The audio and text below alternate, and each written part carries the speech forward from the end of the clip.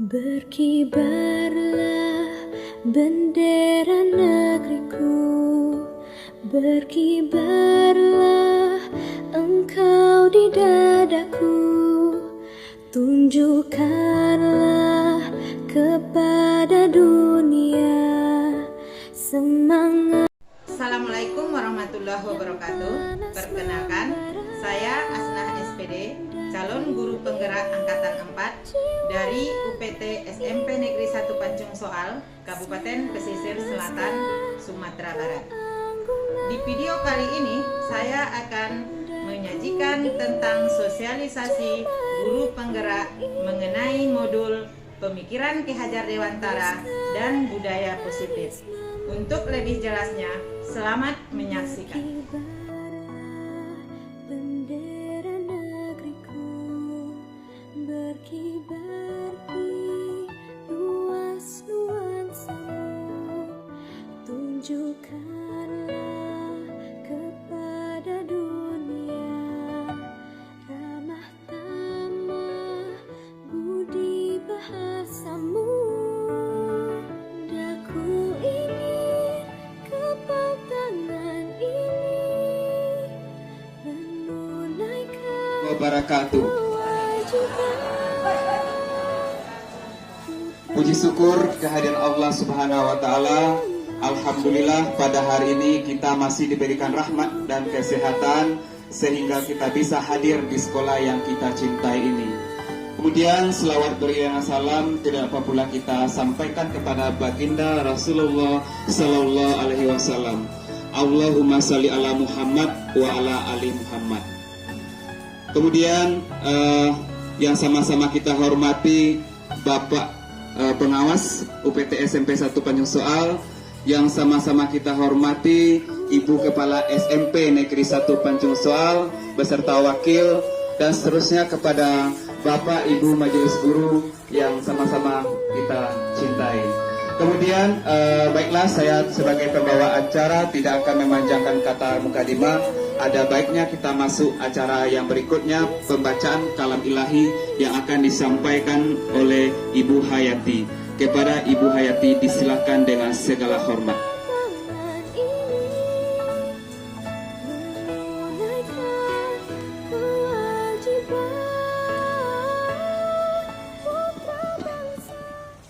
Assalamualaikum warahmatullahi wabarakatuh.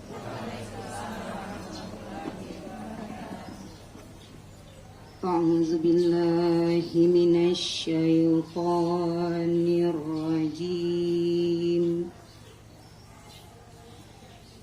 Bismillahirrahmanirrahim. Ya ayyuhalladzina amanu taqullaha haqqa tuqatih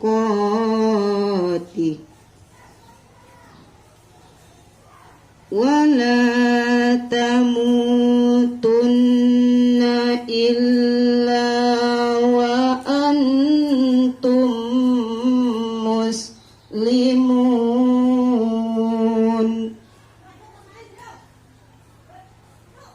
wa'tasimu bihablillahi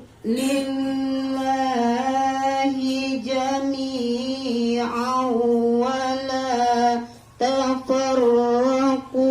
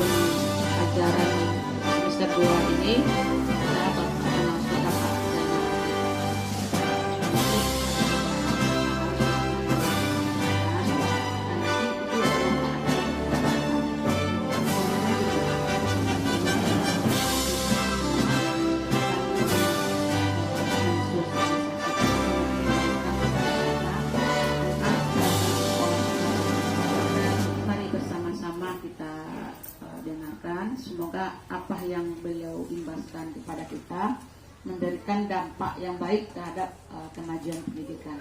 Karena memang kedepannya Bapak Ibu semuanya kita akan menjadi sekolah penggerak, guru penggerak dengan perubahan-perubahan yang sangat banyak sekali.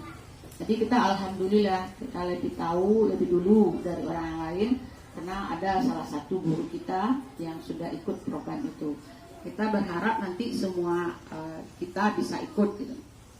Jadi kita ikuti acaranya sampai selesai sehingga nanti apa yang disampaikan ada manfaatnya buat kita. Mungkin itu Bapak Ibu. Pada kesempatan ini juga kami sampaikan kembali kepada Bapak Ibu. Jadi kalau kita lihat mungkin suatu pemandangan yang tidak indah. Jadi saya berharap kepada Bapak Ibu setiap persoalan dari awal saya sudah sampaikan. Kalau Bapak Ibu tidak ada masalah tanya langsung kepada saya. Jadi jangan dari orang-orang sehingga nanti ada salah pemahaman gitu ya Bapak Ibu. Untuk bukan hanya untuk menjadikan manusia yang berilmu tinggi. Bukan itu tujuan peserta didik kita. Tujuan yang utama dari pendidikan nasional itu adalah mengembangkan potensi peserta didik. Nah, itu kata kuncinya Ibu dan Bapak. Mengembangkan potensi peserta didik agar mereka itu menjadi manusia yang bertakwa dan beriman kepada Tuhan Yang Maha Esa. Kemudian berbudi pekerti, baru nanti berilmu pengetahuan. Jadi Ibu dan Bapak, selama ini mungkin kita dalam melaksanakan tugas, kita banyak melakukan intervensi, mengancam nadanya, memberikan hukuman. Nah sekarang itu yang perlu kita rubah dengan program sekolah penggerak, guru penggerak ini Ibu dan Bapak. Jadi kita cenderung guru itu sebagai fasilitator untuk mengembangkan potensi peserta didik tadi. Tidak semua siswa Ibu dan Bapak yang hobi atau suka dengan matematika, tidak semua pula suka dengan kesenian ataupun olahraga. Masing-masing peserta didik kita itu unik. Jadi itulah tugas kita sebagai guru untuk mengembangkan potensi peserta didik ini. Bagaimana kedepannya mereka itu menjadi orang yang berkualitas sesuai dengan potensi yang dimilikinya. Nah, guru penggerak itulah yang nanti dimiliki oleh guru penggerak yang punya kapasitas dalam pengembangan potensi peserta didik ini. Ibu dan Bapak, kegiatan guru penggerak ini juga banyak kaitan dengan kegiatan-kegiatan lainnya dalam bidang pendidikan. Seperti Ibu dan Bapak dalam program pendidikan itu sudah keluar pula sekarang Permendikbud nomor 41 tahun 2021 bahwa untuk menjadi kepala sekolah nanti Ibu dan Bapak itu harus melalui guru penggerak. Nah, di salah satu syarat untuk jadi kepala sekolah itu sekarang adalah memiliki sertifikat guru penggerak. Bismillahirrahmanirrahim. Assalamualaikum warahmatullahi wabarakatuh. Puji syukur kehadirat Allah Subhanahu wa taala karena berkat rahmat dan hidayahnya lah kita masih diberikan kesehatan dan kesempatan sehingga kita bisa hadir di ruangan majelis guru ini dalam rangka yang pertama tadi yaitu pertemuan dengan Bapak pengawas kita, kemudian dilanjutkan dengan sosialisasi program guru penggerak yang dalam hal ini karena saya sebagai peserta atau calon guru penggerak angkatan 4 dari pesisir selatan, ini adalah tugas wajib saya untuk mensosialisasikan kepada sekolah atau warga sekolah. Kemudian selawat beriring salam tak bosan-bosannya kita mohonkan kepada Allah supaya disampaikan kepada Nabi besar Muhammad Sallallahu Alaihi Wasallam. Semoga nanti kita mendapat syafaatnya di yaumil mahsyar. Amin amin ya rabbal alamin.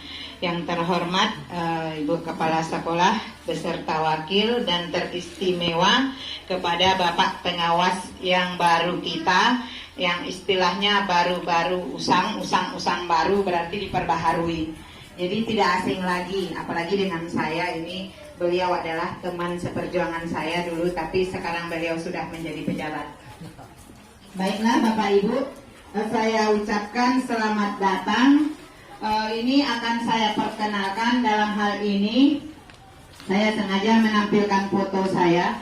Kalau ini ada dua, yaitu filosofi pemikiran Ki Hajar Dewantara dan budaya positif. Ini yang paling penting. Sebenarnya sudah ada 4 modul yang saya pelajari, cuma inti utamanya dari P4TK ini yang harus saya sampaikan. Ini saya adalah calon guru penggerak angkatan 4 Kabupaten Pesisir Selatan, yang sekarang CGP ini sudah ada angkatan 6, tapi tidak ada untuk Pesisir Selatan. Ini moto dari Bapak Ki Hajar Dewantara, sebelum dan sesudah memulai kegiatan selalu harus ada salam dan bahagia. Jadi tidak boleh kita lupa bahagia. Ini tujuan dari sosialisasi saya, ini agar warga sekolah memahami dan mengetahui tentang apa sebenarnya pemikiran dari Bapak KHD ini, dan juga budaya positif di sekolah yang akan terkait nanti dengan merdeka belajar. Walaupun sebenarnya kita sudah merdeka, tapi ini merdeka di sini merdeka belajar. Kemudian di sini dasar-dasar pendidikan dari Ki Hajar Dewantara itu, inti utama yang pertama adalah menuntun. Ini kata-kata dari Bapak pendidikan kita, yaitu menuntun. Menuntun di sini artinya ini boleh dilihat Bapak Ibu, maksud dari menuntun yaitu mengiring semua kekuatan, semua kekuatan kodrat yang ada pada anak agar mereka dapat mencapai keselamatan dan kebahagiaan setinggi-tingginya, baik sebagai manusia maupun sebagai anggota masyarakat. Jadi di sini inti utamanya kodrat. Kodrat ini ada kodrat alam dan ada kodrat zaman. Kalau kodrat alam berarti kemampuan yang dibawanya sejak lahir. Kemudian ada kodrat zaman, yaitu zaman sekarang kita menuju zaman zaman tingkat istilah dari pendidikan sekarang menuju masa emas. Jadi itu. Kemudian di sini lagi pendidik itu berarti kan kita sebagai guru di sini hanya dapat menuntun tumbuh. Jadi kita tidak bisa memaksakan bahwasanya anak itu harus seperti ini, enggak. Ternyata tujuan dari Merdeka Belajar ini, kita tidak boleh memaksakan kepada anak tentang yang ingin kita cakapnya. Jadi apa bakatnya nanti, maka kita hanya bisa memperbaiki tingkah lakunya. Salah satu yang menuntun ini tidak asing lagi. Ingarso sung tulodo, ing madya mangon karso, dan tukuri handayani. Artinya, sebagai seorang guru kita harus memiliki yang 3 ini. Ketika kita di depan, kita bisa menjadi contoh. Ketika kita di tengah, kita bisa menjadi teman bagi mereka. Dan ketika kita berada di belakang, kita bisa memberikan dorongan bagi mereka.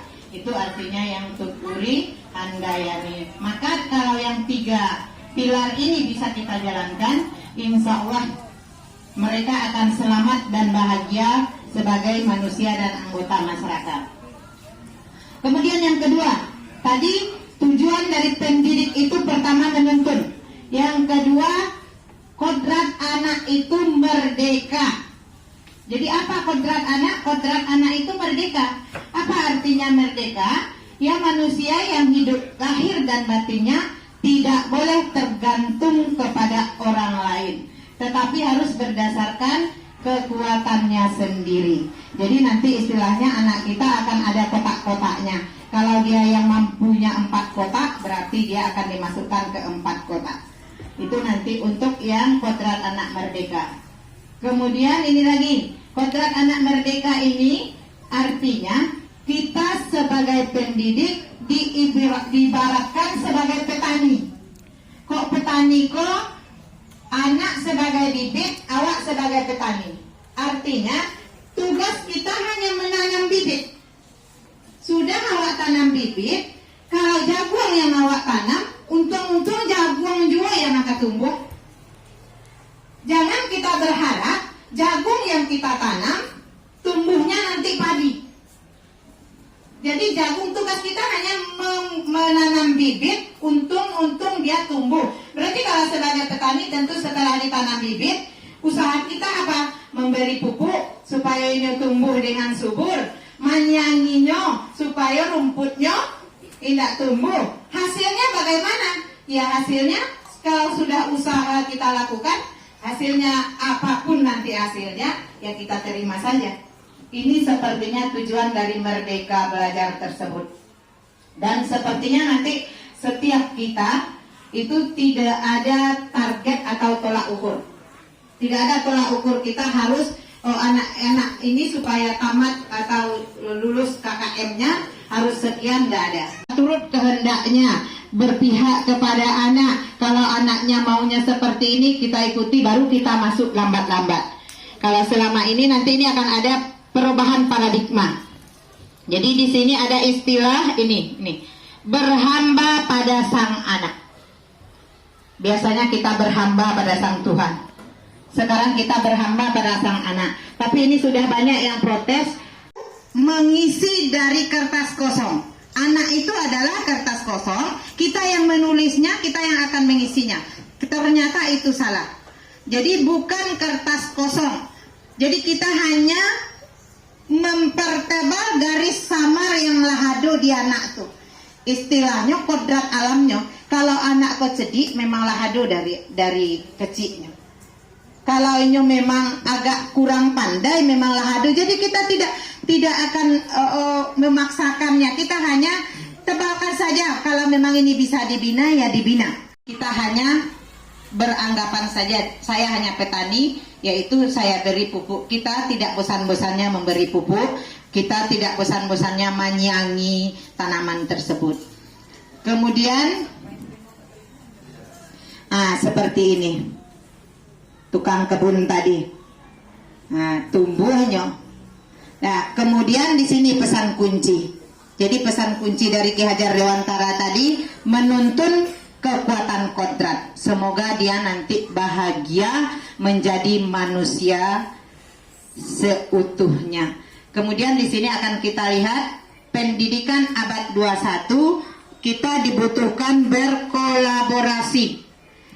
Jadi mulai dari nanti akan diterjunkannya kurikulum baru, ada nanti kurikulum baru, kurikulum paradigma itu.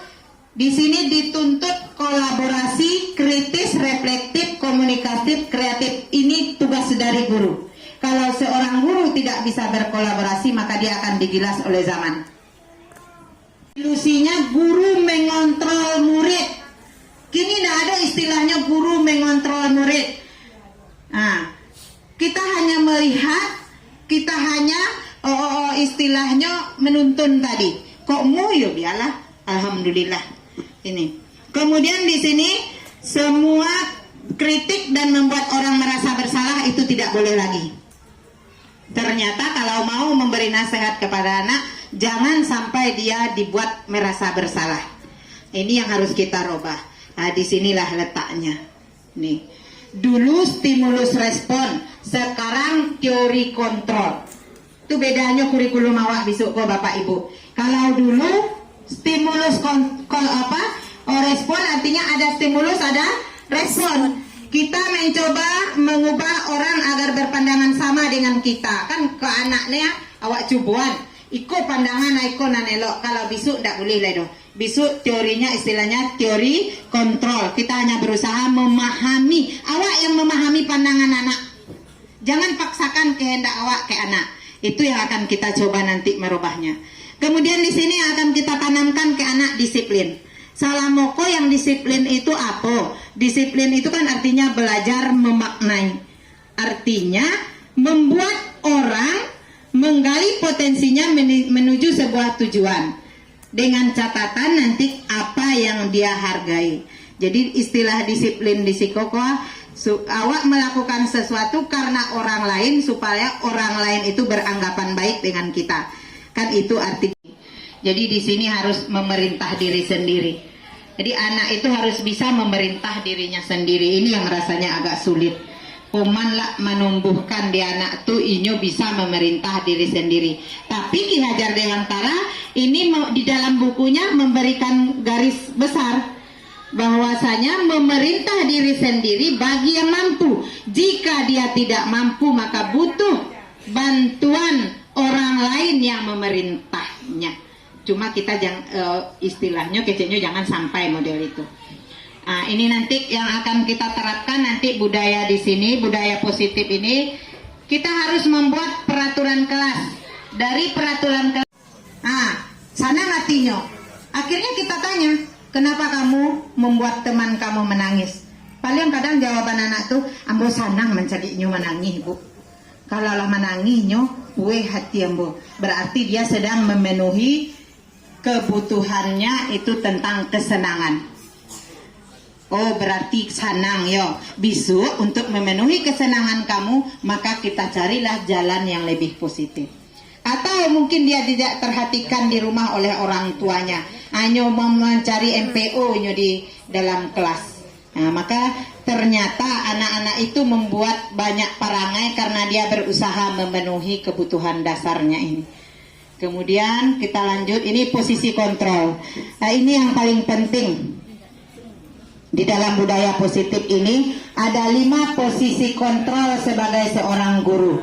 Pertama penghukum, kemudian pembuat merasa bersalah, kemudian sebagai teman, kemudian pemantau, dan terakhir manajer. Jadi kalau dapat posisi kontrol yang kita jalankan itu sebagai manajer.